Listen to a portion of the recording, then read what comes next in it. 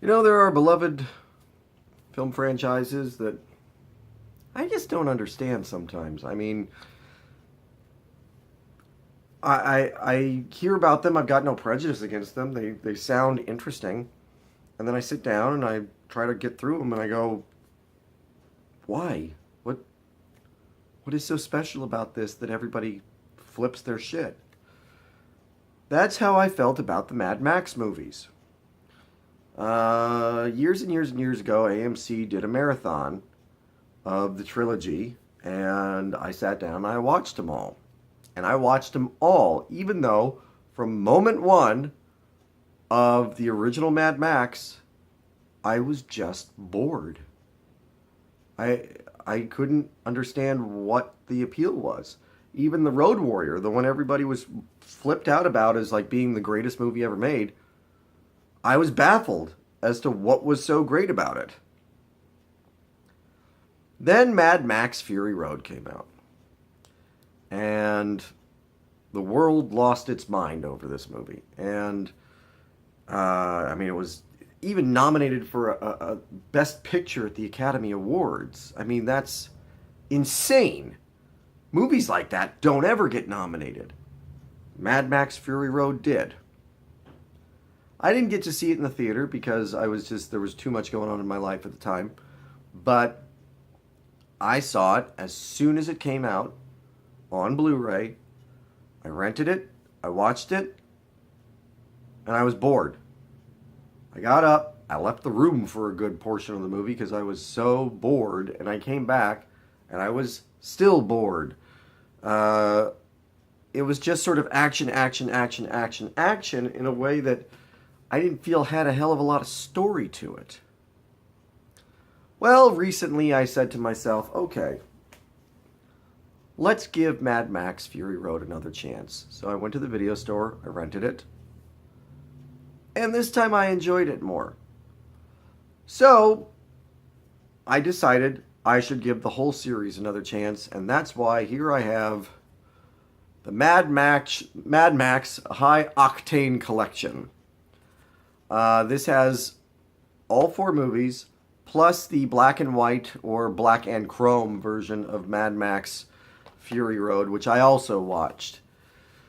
And I don't know which one was better. The black and white version is beautiful. I mean, in a way that like they did a black and white version of Logan that I have, and I didn't think it was as good.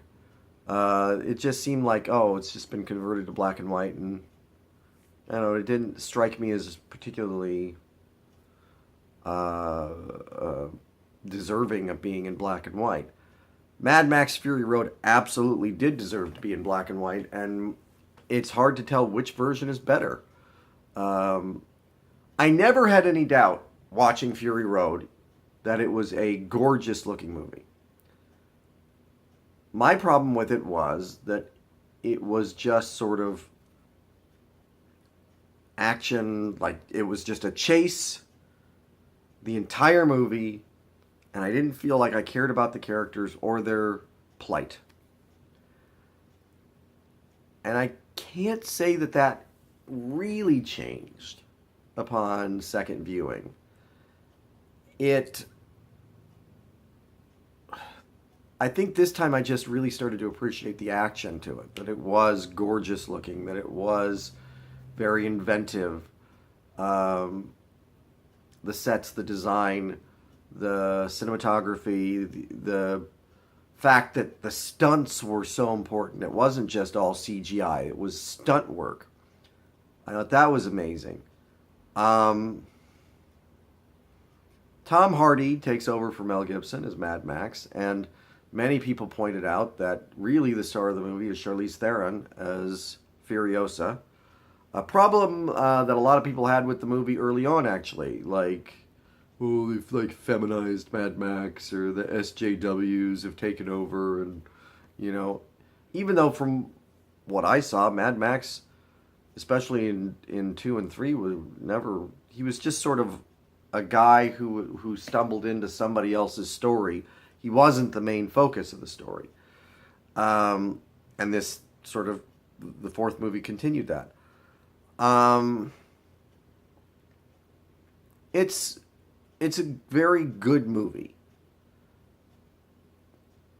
It really could have been a silent movie in a lot of ways. Even though the sound design in the movie is amazing, it really kind of could have been. You could have done it in black and white and made a silent movie, and I think it would have worked that way too.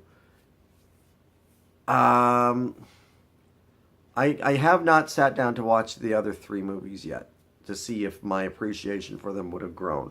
That does happen from time to time. I hated Pulp Fiction the first time I saw it and loved it upon second viewing, and I think it's one of the best movies ever made now. Um, there are movies that I change my mind about. Fury Road is one of those movies. I enjoy it now. I could put it on and watch it right now and have a good time. Is it the greatest movie ever made? No, it's not. I wouldn't even say that it's the best movie of its kind in the last decade. A lot of people would say that it is one of the best movies of its kind ever. I wouldn't even say it's the best of its kind in the last decade. Uh, it's visually stunning. The action and the stunts are great. The story is kind of thin. And people go to the sort of the themes and the meaning of it, and that it's about female empowerment or it's about uh, whatever. And okay, but that themes do not a good movie make. Um, I I enjoy this movie for what it is to me, which is a good action movie, not a great one.